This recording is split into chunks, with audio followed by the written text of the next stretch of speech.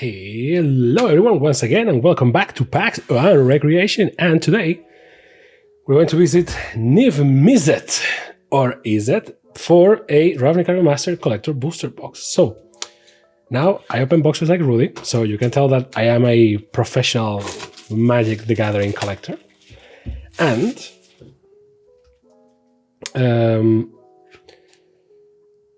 I kind of like the art. At the same time, I know what I'm looking at. This is when they make the guild pack, I guess. Renew your VIP guild membership. There you go. And then they bleed you with this. Let's see. Made in Japan, boys. Premium quality. Everyone knows that. Japan goes first. Belgium goes second. And then the US. Sorry. This is not me making these rules. It's the community. Oh, look at this. Nothing like buying a premium product and having the cards already chewed up by the box itself. Although, well, maybe I'm exaggerating, but sometimes I do this. Like the wrappers they always try to do the wrappers as hard as possible for collector boosters, because this is where the value is. See, like you can't easily just cut them like I'm doing, and every collector booster has like a different reflection inside. I don't know why they don't settle on a single type of reflection, but it's just entertaining to me. So what can we expect here? Well, everything is foil and tokens are double-sided, so that's good. And just the best treatments for all cards. Either they are foil or whatever. And I can see that they did is this a Japanese thing? Like they did the Phyrexia all will be one thing. So these are supposed to be opened backwards, right? Like Blind Hunter, and you go. Well, I say backwards because look at the order, right? Blind Hunter, Balthasar Spy. So like commons and tokens here, like black, blue. These are the commons and uncommons in foil, right? So nothing weird, nothing out of the ordinary so far. Nothing to see here. Gutter Snipe, Rhythm of the Wild. And everything is like commons and uncommons in foil. See? Skullcrack. Then a Guildgate to put some... And then a special treatment. In this case is retro. Then another retro. In this case, Putrefy, and then a foil retro, which I don't know if everything is going to be like this, or it's just a land with foil, and then you get the rares and the mythics. In this case, Assemble the Legion,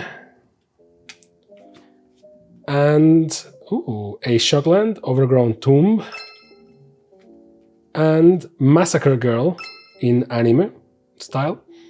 So 3 and 2 black, legendary creature, human assassin. When Massacre Girl enters the battlefield, each other creature gets -1/-1 until the end of turn. Whenever a creature dies this turn, each creature other than Massacre Girl gets -1/-1 until the end of turn. So not bad. And Philputh the Lust.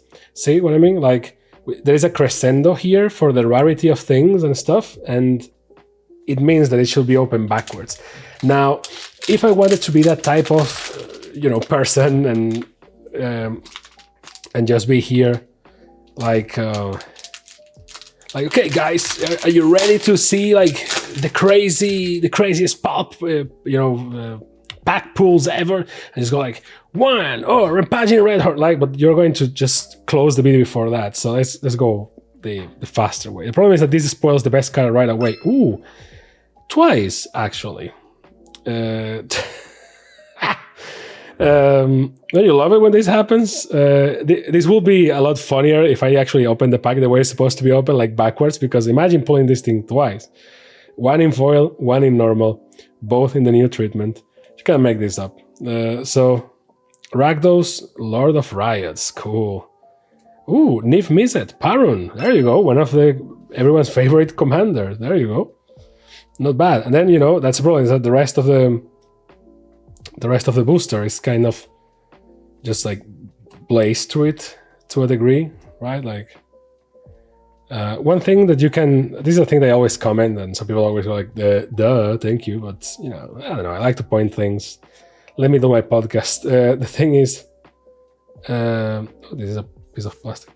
The thing is that some sets are more towards one thing than the others. Like the colors are always more or less balanced, but sometimes they have more colors, like more single color cards than like anything else. Sometimes they have more artifact cards than anything else. Like Brothers War, I think is all about artifacts.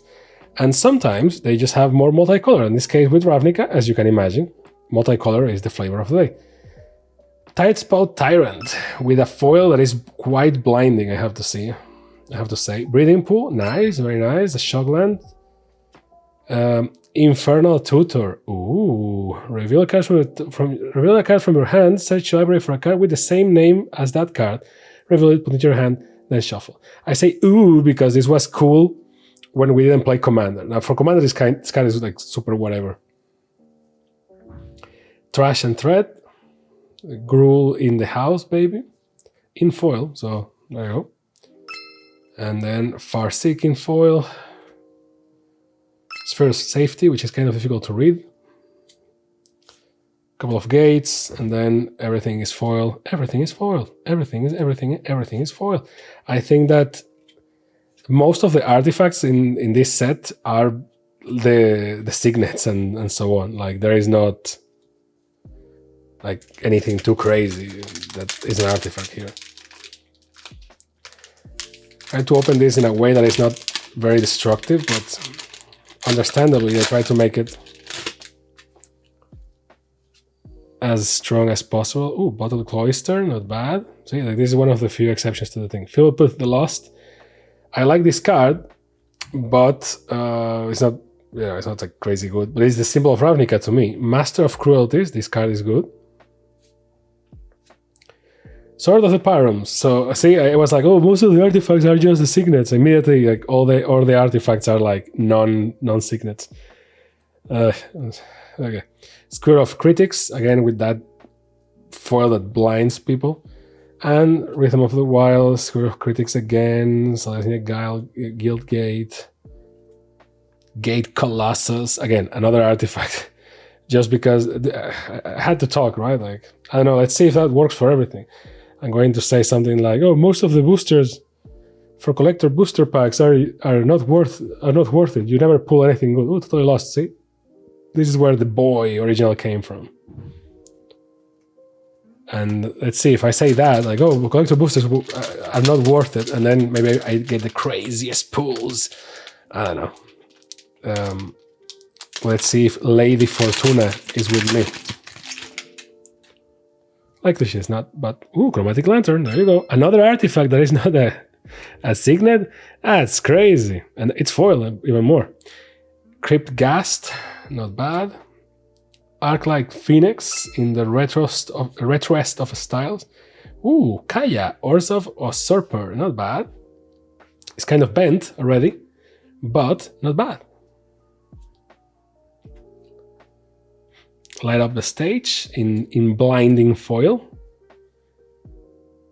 Terramander, and then, the usual. A gate here. Oh, the gate twice. One in foil, one in non-foil, in two different styles. Everything is foil. Is a Guild Mage.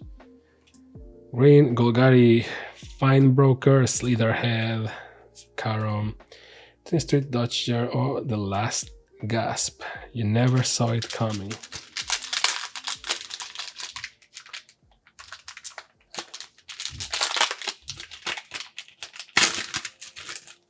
Maybe this is a Japanese thing, but they let some space underneath so that you can actually pull the pack like this instead of Cindervines. Okay.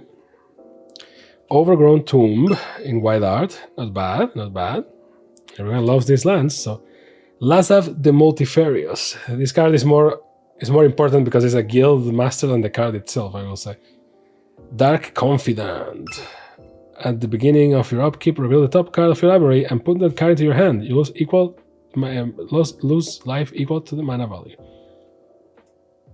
Golgari Guildgate in Ultra Foil, and then Norman Shaman, Shambling Shell, a Signet in foil, and then Everything is foilerini because it is what it is. Leapfrog, the shield mate, deputy of Aquitals, and greater moss dog. We're halfway there.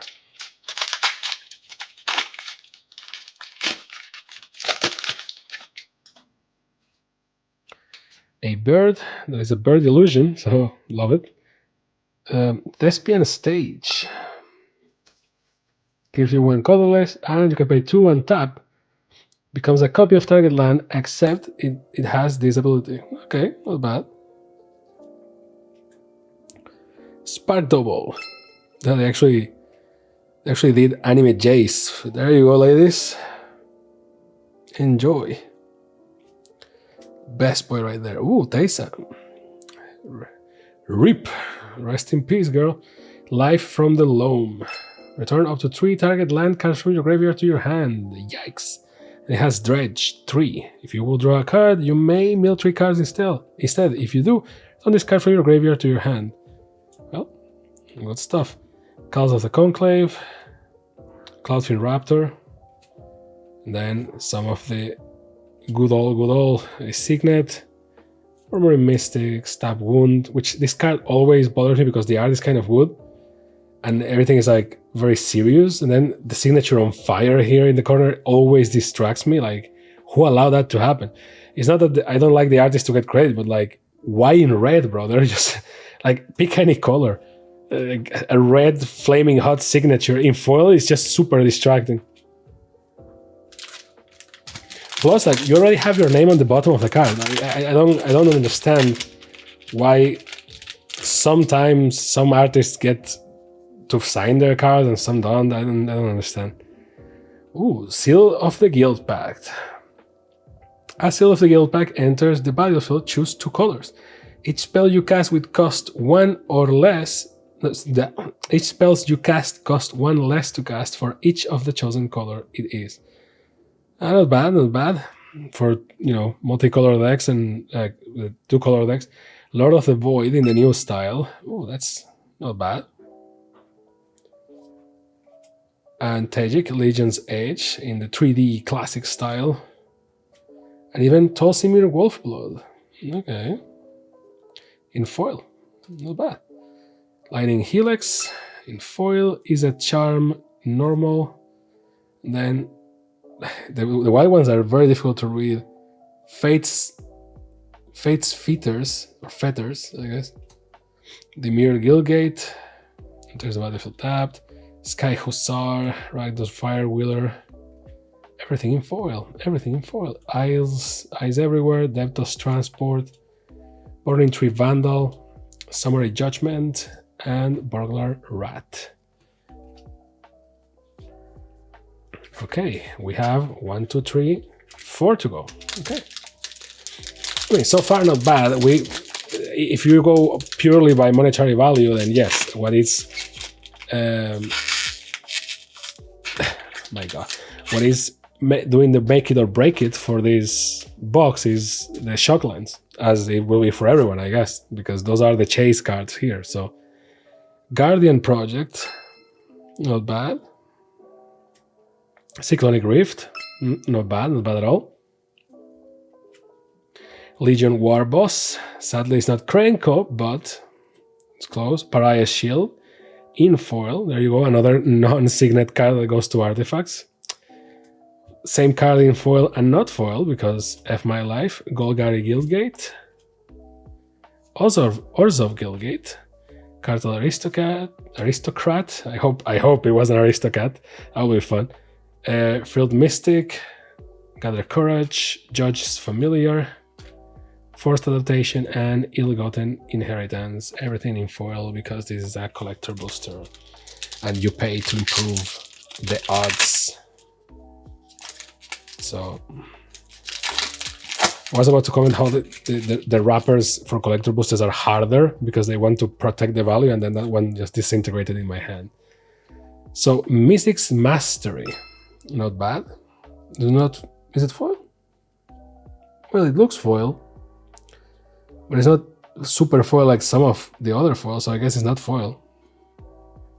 It looks foil. Ooh, Tomic Distinguished Advocate, also anime style. For 2 white is a 2/3 human advisor with flying that says, lands on the battlefield and land cards in graveyards can be the target of spells or abilities your opponents control. So protect lands. Your opponents can play land cards from graveyards. That can make it suck for some commander decks. Sadly, for better or worse, not much people target lands nowadays because it's seen as a douchebag move, so there is that. Warrant and Warden. Nice. I love how they put like multiple cycles of cards for each, and they did them for like all the guilds. I love when they do that. Dimir Host Guard, and then ooh, Godless Shrine, just here casually in foil. Not bad. Not bad at all.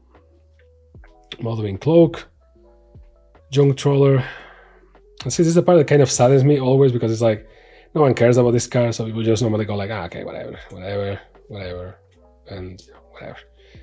But like, you know, and there's a debate to this. I remember when the March of the Machine, the Aftermath, when we had those 5 card boosters, like we have some links in there when we opened that. Some people were like, well, I mean, if it's only 5 cards, but you don't have the bulk, then welcome, right? Because a lot of people don't care about the bulk. They just, oh, white slime. They just like throw them away. Savra, Queen of the Golgari, which actually looks like, maybe it's just me, but it looks like Ebihime? You're watching too much One Piece. Ooh, Karn's Bastion. Tap for 1 colorless and 4 and tap proliferate. Not bad at all, my friend. Dangerous game here. Lazav the Multifarious in foil. And then a radioactive foil Loaming Shaman. Frilled Mystic. Simic Guildgate, the usual. Rakdos Guildgate. And then... But yeah, I remember that, you know, the logic was, well, I mean, if it's only 5 cards, but you don't have all the bulk, then bless it. And that, I guess that's a debate that I've been having for multiple videos now, and I just want to know what people think. Would you prefer that boosters, instead of being like, for example, collector booster, 15 cards, right? But we all know that the only good ones, like the actual powerful ones that you care about are like the last 3. And this one we are going to open backwards just to illustrate. Well, backwards, the maze way to be open, right? So, like, see, like I'm opening these ones, you don't even care about these, you're like, whatever. But then the last ones are going to be like the bangers. So my question to you will be: would you prefer that boosters are cheaper and they only have like 5 cards, but all the 5 cards are like hitters always? Because then again, let's remember something. If everything is powerful, nothing is powerful. And if everything is special, nothing is special. So we need the bulk so that the other cards feel better. But then there is actually a good point to the fact that a lot of people just don't use the bulk. Like we just throw it away. We just recycle it. It's like whatever. Because there's a lot of commons and uncommons that is like, I'm not going to do anything with this. Like what's the point? This card has to be good because look at this. It's already curved. So it's foil for sure. Quasi-duplicate. There you go. So 1 in foil, then Tolsimir Wolfblood again. I said this is not foil. And Watery Grave, cool. Black and blue, Shockland, White Art, not foil, but cool nonetheless. And the last one, with a Soldier and a Sapperling, is a Stomping Ground. See, so 2 lands, 2 shock lands in the same booster, and one of them is foil, the other is not, but the value is there. Now they included a lot of these here because they know that these are the chase cards, and they know that people are going to go. It looks like it's busted, but it's not. It's just a drawing apparently. It's the art. So, and to be honest, normally with the collector boosters, we go pick like, what's the most beautiful card? But with the Ravnica set, it's kind of pointless because, I mean, okay, let's do it anyway. I mean, it's going to be a problem anywhere you want to look at it because, like, for example, this is a great looking card, but also all of these are great looking cards. It's just that this card is more visually, sparkly, I will say. So That's for white. I guess I could agree for blue, I guess, but Spark Double, I don't really like it. But like I like this art with the frog in foil. Like, I'm a simple man. I'm just going to go with Fibbleput. That Fibbleput. Actually, you know what? That's Pro Tyrant in radioactive foil. Look at that thing. That's the best looking card in blue. Because if you have it in your hand, everyone on the table knows that thing just is so bright. This actually is not bad looking. It's like very classic Magic vibes.